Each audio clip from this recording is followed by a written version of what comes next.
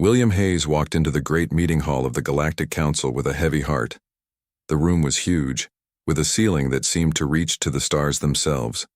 17 different alien species sat around a large black table. Some had many eyes, others had skin that glowed. A few looked almost like giant insects. All of them were watching William, the only human in the room. "You lied to us," William said. His voice was quiet but firm. He did not shout, though he wanted to. "You told humanity you wanted peace. You said we would be friends. You said we would share knowledge. But that was never true." The leader of the council, a tall insect-like being named Zentar, made a clicking sound with his mouth parts. "Ambassador Hayes, the council has made its choice. Earth has resources we need. Your people must leave. We have prepared new homes for humans on other planets." William looked around the room. For 8 years, humans had been part of this council. For 8 years, they had trusted these aliens. Earth had shared its art, its music, its science. In return, the aliens had shared some of their technology. Humans had thought they were making friends among the stars. They were wrong. "You're not relocating us," William said. "You're invading us. We've seen your ships near our colonies. You're bringing mining equipment into our solar system.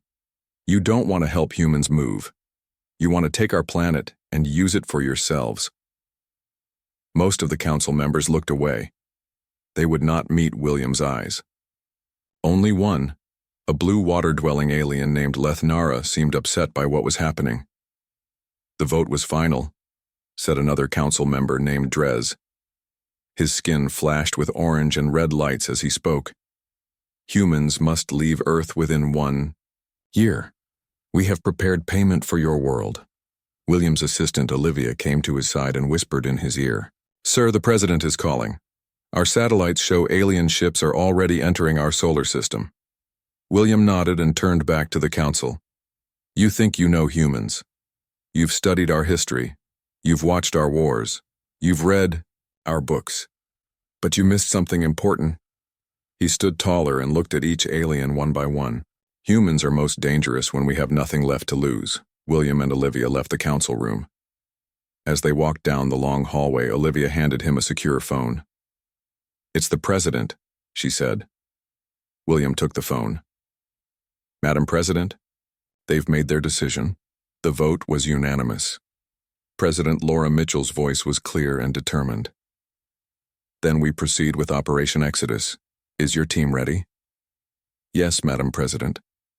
The council believes we're preparing to run away. They have no idea what's really coming." Back on Earth, deep underground in a military base beneath the Rocky Mountains, Dr. Eliza Morris stood before a room of generals and scientists. On large screens around her were diagrams of alien biology and technology. "For 8 years, she said, we've been gathering information. While the council thought we were just learning basic space travel, we've been studying them. We know how their ships work. We know how their weapons function. Most importantly, we know how they think." General Richard Foster stood up. "And you're certain they can't detect our real fleet?" "Positive," Eliza said. "The council believes humans are still using simple rocket technology with some of their basic space drives added on. They have no idea we've already built ships that can match or exceed their capabilities." "And the evacuation ships?" asked another officer. "Empty," Eliza replied with a small smile. "Well, not exactly empty. They're filled with holographic projections and signal generators that will make the council's scanners see millions of humans. Meanwhile, our real population is moving to the underground cities and shelters we've been building since first contact." Admiral Samantha Carter entered the room. She was tall and confident in her blue uniform. "The first wave of council ships has passed Jupiter. They think they're watching humans flee in panic. In reality, what they're seeing are our Trojan horses." She pressed a button, and a new image appeared on the main screen. It showed what looked like a simple transport ship. Then the image changed, revealing hidden weapon systems and advanced engines. "Every evacuation ship is actually a warship in disguise," Samantha explained. "The moment they think Earth is nearly empty, we strike." Back on the Council's command ship orbiting Jupiter, William Hayes stood with the alien fleet commander. Through the window, they could see huge mining ships and terraforming equipment. Soon these machines would strip Earth of its resources and reshape it for alien use. "Your people are wisely accepting their fate," Commander Zentar said. His insect eyes reflected the light of distant stars. "The relocation ships are proceeding, as planned." William forced himself to smile. "Humans are practical. When faced with a stronger enemy, we adapt." "Indeed. Once your population is clear, we can begin extracting resources." "About that," William said casually. "My government would like a little more time to remove some of our cultural items from the planet." "Impossible," Zentar said sharply. "The schedule was set by council decree." "I understand," William said. He glanced at his watch. "By the way, there's something else you should know about humans." "What is that, Ambassador?" "We lie." At that exact moment across the solar system, the evacuation ships changed. The holograms disappeared, revealing heavily armed warships. Weapons emerged from hidden compartments. Engines glowed with power that the Council had never seen in human vessels before. On her flagship, Admiral Carter received the signal she had been waiting for. "All ships," she commanded. "Operation Trojan Horse is now active. Target their weapons and engines only. We want prisoners, not casualties." As Council ships scrambled to respond, they found their communications jammed. Their advanced targeting systems failed against human vessels that moved in ways their computers said were impossible. The Council had planned to make humanity flee. Instead, humans had prepared a surprise that would change the galaxy forever. Admiral Samantha Carter stood on the bridge of her ship, the Freedom. Through the large window, she watched as human ships moved through space. To any watching alien eyes, these looked like simple ships carrying scared humans away from Earth. But Samantha knew the truth. These ships were wolves in sheep's clothing. "Report on Ghost Protocol," she said to her second-in-command, Alan. Alan checked his screen. "All ships are sending out the right signals, Admiral. The Council's watching posts are seeing exactly what we want them to see." "And our passengers?" "Just holograms and fake signals, Admiral. The real people are safe in underground shelters. As planned, our soldiers are in position at all key points." Samantha nodded. For 8 years, humans had learned from the aliens. They learned how alien scanning technology worked. They learned its limits. Now, what looked like millions of humans getting on ships to leave Earth was actually a clever trick. A trick years in the making. Meanwhile, far away near Jupiter, Ambassador, William Hayes met with Fleet Commander Zentar. Around them, huge mining ships and planet-changing equipment filled the view. This machinery would soon strip Earth of everything valuable. "Your kind has shown surprising wisdom in accepting what must happen," Zentar said, his insect mouth parts clicking happily. "The Council is pleased with your cooperation." William forced a smile. "We are a practical people, Commander. When faced with a stronger force, we adapt." "Good. Your evacuation ships are going to the new planets as planned. Once your people are gone, we can begin taking resources." "About that," William said calmly. "I was hoping to talk about the timeline. My government asks for a short extension to make sure all cultural items are properly saved." Commander Zentar's compound eyes flickered with annoyance. The timeline was set by council order. Extensions would disrupt the entire operation. Of course, I understand. Just thought I'd ask." William looked at his wrist device. "Oh, and Commander, there's one more thing you should know about humans." "What is that, Ambassador?" "We lie." At that exact moment across the solar system, the evacuation ships dropped their disguises. They changed from what looked like simple transport vessels to heavily armed battleships. The vessels that had appeared to be carrying defeated refugees suddenly showed weapons the Council had never seen before. On the Freedom, Admiral Carter received the confirmation signal. "Operation Trojan Horse is a go," she announced to her crew. "All ships weapons free." Across the solar system, Council ships found themselves surrounded. Human vessels moved in ways that should have been impossible. They appeared in places they shouldn't have been able to reach. Their weapons disabled alien ships without destroying them. On the Council command ship, Fleet Commander Zentar watched in shock as human vessels showed abilities far beyond what humans should have had.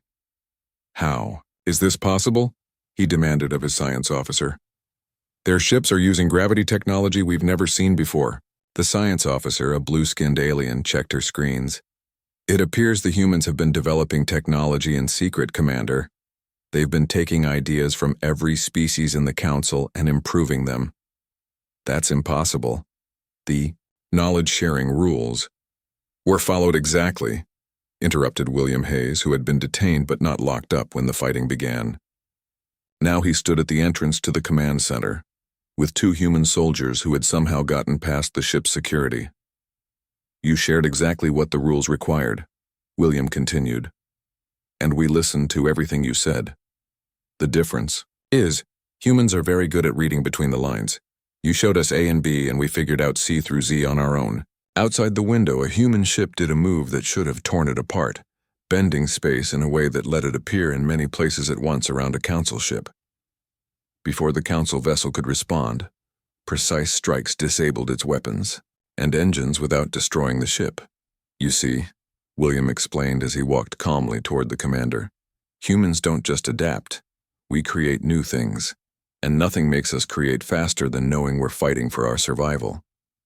Back on Earth in the deep underground command center, President Laura Mitchell spoke to world leaders gathered both in person and through secure video links. Today marks a turning point not just for humanity, but for the galaxy, she said firmly. For 8 years we prepared while appearing to go along with the Council's demands. We learned, we adapted, and we developed defenses they never expected. Now we must decide what kind of winners we will be. Defense Secretary Gregory stood and gave the military update. Operation Reversal is going as planned. Council forces are contained. We control their communications. We hold all important points in the solar system. And the prisoners? Asked a leader from Africa. All being treated according to our laws for prisoners of war, Gregory confirmed. Medical teams are taking care of their specific needs. President Mitchell nodded. Then it's time for Phase 2. Ambassador Hayes, you are authorized to proceed. Many light years away, aboard the Council's main space station, William Hayes stood before an emergency meeting of the full Galactic Council. He was not there as a prisoner, but as the representative of a new power. The terms of our ceasefire are not open to negotiation, he stated clearly. Earth and all human colonies remain under human control. All Council mining operations in our solar system will stop immediately. And most importantly, the Council's rules will be changed to prevent this kind of exploitation from ever happening again to any species. High Counselor Zentar chittered angrily. You cannot dictate terms to the Galactic Council. We represent 17 species and thousands of worlds. And yet here I am, William replied calmly. Your invasion fleet is disabled. We control your communications. We have shown technology that your scientists thought was centuries beyond our reach. He paused, letting the reality sink in. But we're not conquerors. Unlike the Council, we don't want to displace or destroy you. We want reform. For the first time in its long history, the Galactic Council faced a choice between giving in or being destroyed. As the representatives looked at each other, they realized that humanity had done what no other species had dared to try. They had changed the balance of power in the galaxy. The Council that had planned to make humanity flee now found themselves considering whether they might need to be the ones to run away. Dr. Eliza Morris never wanted to be someone who helped create weapons. As the head of alien biology studies at the North American Science Center, she had spent most of her life excited about working with alien species in peace. But that was before the betrayal. Now she stood in a strong room deep under the Rocky Mountains. She was surrounded by military officers as she explained why humans would win this conflict. The Council thinks they understand human biology based on what they've seen, she explained, pointing to the screen showing different species side by side. What they don't know is that we've been carefully controlling what information they get since first contact. General Richard frowned. You're saying we've been lying about our own bodies? Not exactly lying, just not telling everything. Eliza showed a new image of brain patterns. The council species all grew in similar ways. Specialized, efficient, but very predictable brain structures. Human brains are much more chaotic by comparison. We're less efficient, more contradictory, and wildly adaptable. It's our greatest strength. Lieutenant Kate studied the comparisons. And they don't know this? They think human unpredictability is just a cultural thing, not a biological advantage, Eliza confirmed. More importantly, they believe our technology is at about the same level as what they've shown us. General Richard smiled grimly. They have no idea what's coming. Across the solar system, the Council forces were discovering exactly how much they had underestimated humans. The ships they had thought were simple evacuation vessels were using technology that shouldn't have been possible for a species at humanity's level. On board the Galactic Council main ship, Fleet Commander Zentar watched in disbelief as human vessels showed abilities far beyond their expected technology level. How is this possible? He demanded of his science officer. Their ships are using gravity control we've never seen before. The science officer, a blue-skinned alien, checked her screens. It appears the humans have been developing technology. In secret, Commander. And not just any technology, they've been adapting and improving ideas from every species in the Council. That's impossible. The knowledge-sharing rules were followed precisely, interrupted Ambassador William, who had been detained but not locked up when the fighting began.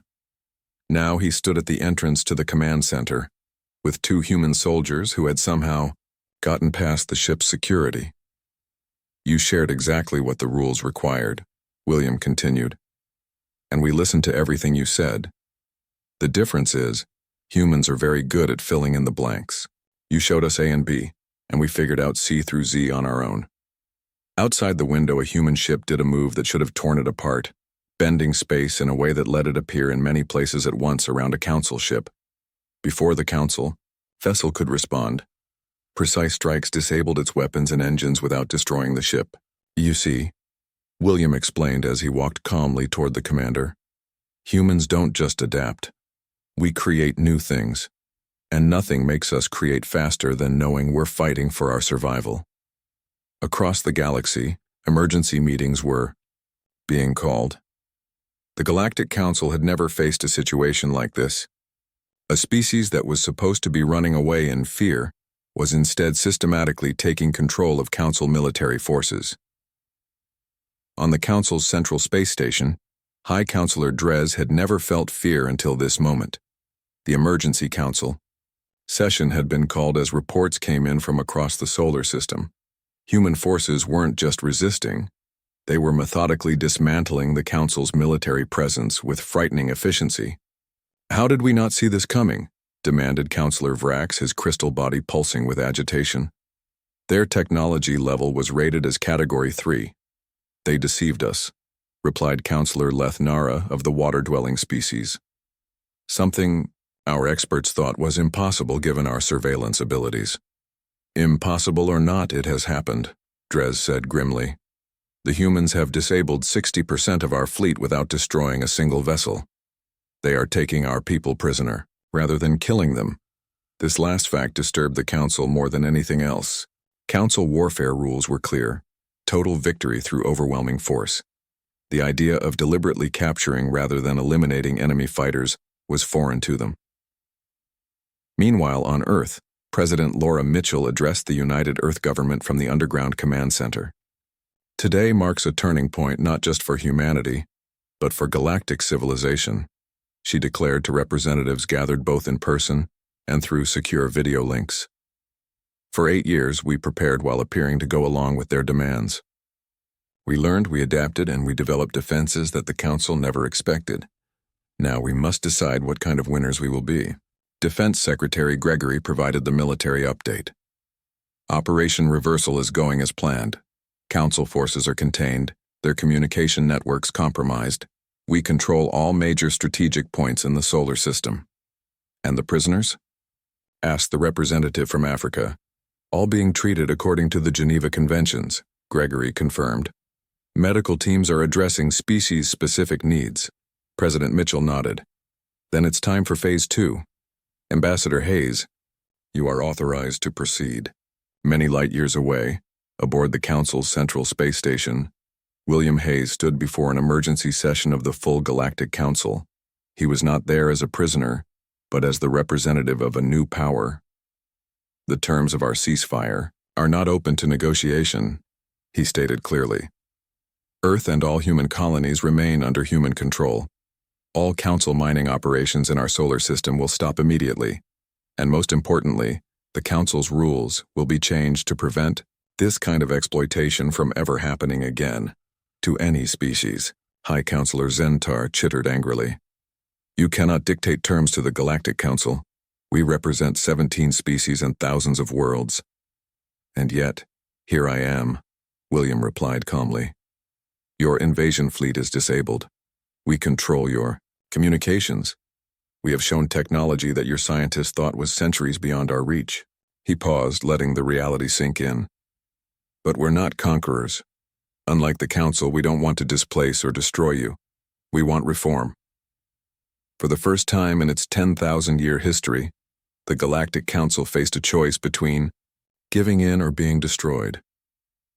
And as the representatives looked at each other with their various sensing organs, they realized that humanity had done what no other species had dared to try. They had changed the balance of power in the galaxy forever. 3 days after the human victory, the Galactic Council met again. This was not a normal meeting. For the first time in 10,000 years, the Council was not in control. Humans were. High Counselor Drez looked around the room at representatives from 17 alien species. Fear showed in their body language. Trembling tentacles, dimmed light patterns, pulled-in eye stalks. Only Counselor Lethnara of the water-dwelling Meriden seemed calm.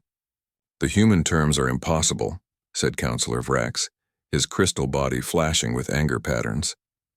They demand a complete rewriting of our Council charter. They want voting rights for all species regardless of technological level. They want to end resource extraction from populated worlds. It would destroy our economy. Lethnara's blue skin rippled with disagreement patterns. Would it? Or would it just require us to find new ways to acquire resources without harming other species? Zentar clicked his mandibles in irritation. The humans have no right to dictate terms. They are one small species. We are 17 powerful civilizations. And yet they defeated our combined military force in less than 1 day, Lethnara pointed out, without killing a single Council soldier. This was the fact that most disturbed the Council. Human ships had disabled Council vessels with precision strikes that took out weapons and engines, but left crew quarters untouched. Human soldiers had boarded ships and used non-lethal methods to capture crews. Every alien prisoner was being given proper medical care, food appropriate to their species, and comfortable quarters.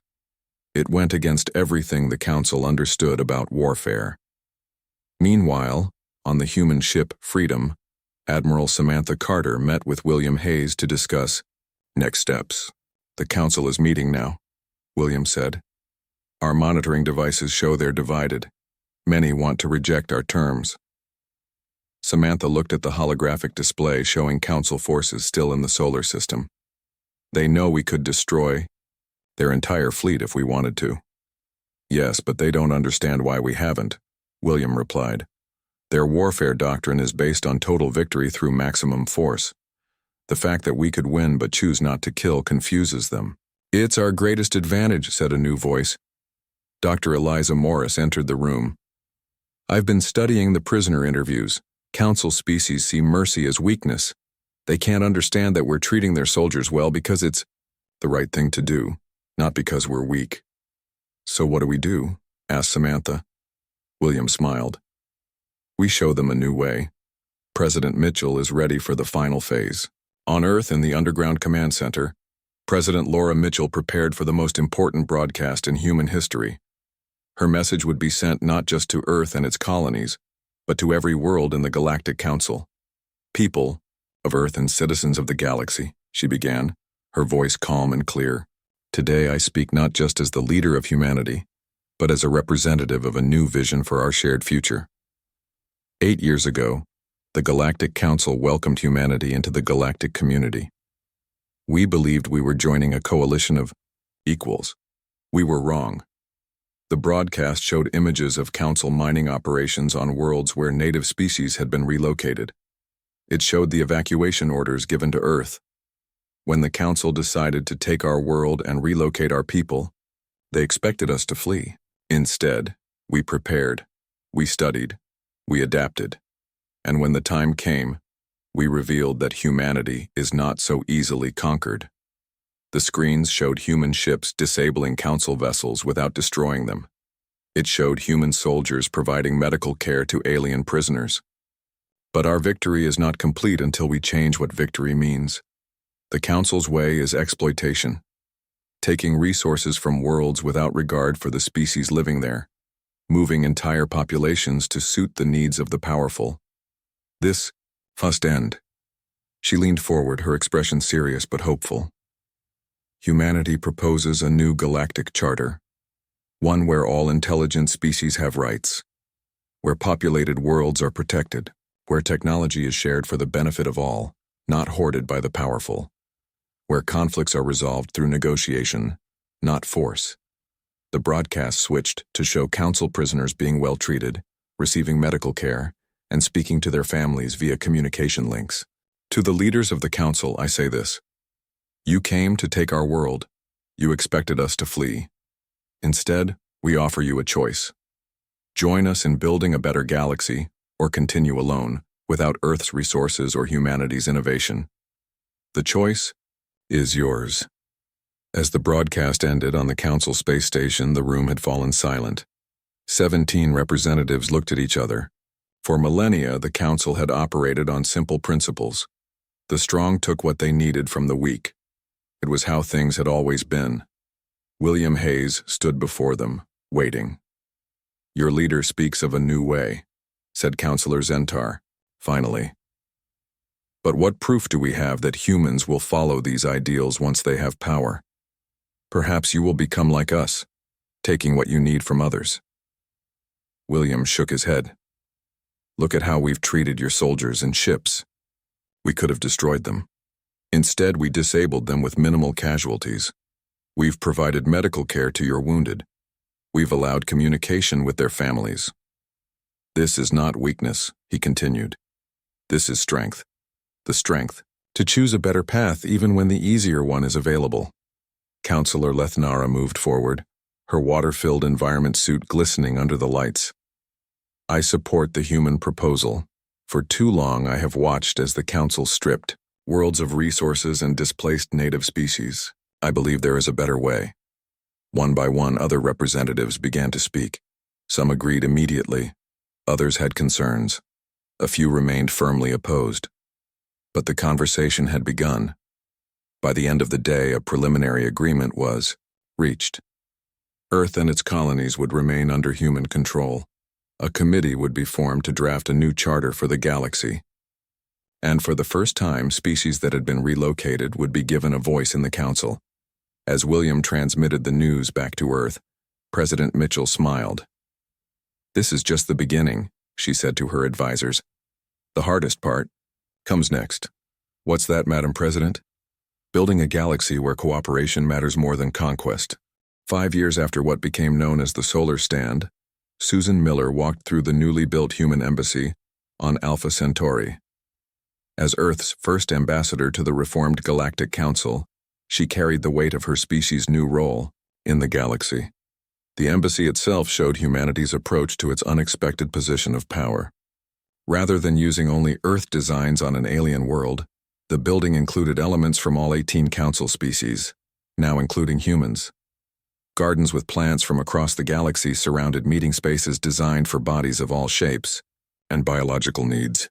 Ambassador Miller, called a familiar voice. Susan turned to see Lethnara, the blue-skinned, water-dwelling alien who had been the first Council member to support peace during the conflict. Counselor, Susan greeted her with the traditional Meridan sign of respect, a skill all human diplomats now learned as part of their training. How are the preparations for the summit? Going well. Lethnara's skin rippled with blue patterns that Susan recognized as showing optimism. though some of the older council species are still adjusting to the new reality. The new reality was something no one had predicted. When humans had gained the upper hand in the conflict, the galaxy had prepared for revenge. Instead, humanity had proposed the Reformed Council, an alliance truly based on mutual benefit and protection, with built-in safeguards against exploitation of any member species. Most revolutionary was the human doctrine.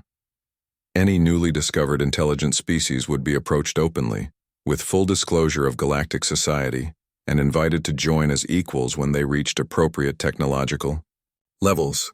The days of resource exploitation were over. As Susan and Lethnara walked toward the central chamber where representatives from dozens of worlds waited, they passed a memorial wall showing the names of those few humans and aliens who had died during the brief but important conflict. "You know," Lethnara said thoughtfully, her translator conveying the subtle meanings of her native language, "many in the council still don't understand why you didn't simply take control when you had the chance. Your ships could have ruled our worlds." Susan stopped at a window overlooking the Centauri sunset. "That's never been our goal. We fought because we had to survive. But humans have learned from our own history that conquest ultimately fails. True strength comes from building something better together." She turned to face the alien who had become an ally and friend. "Besides, we understood something fundamental that the old council didn't.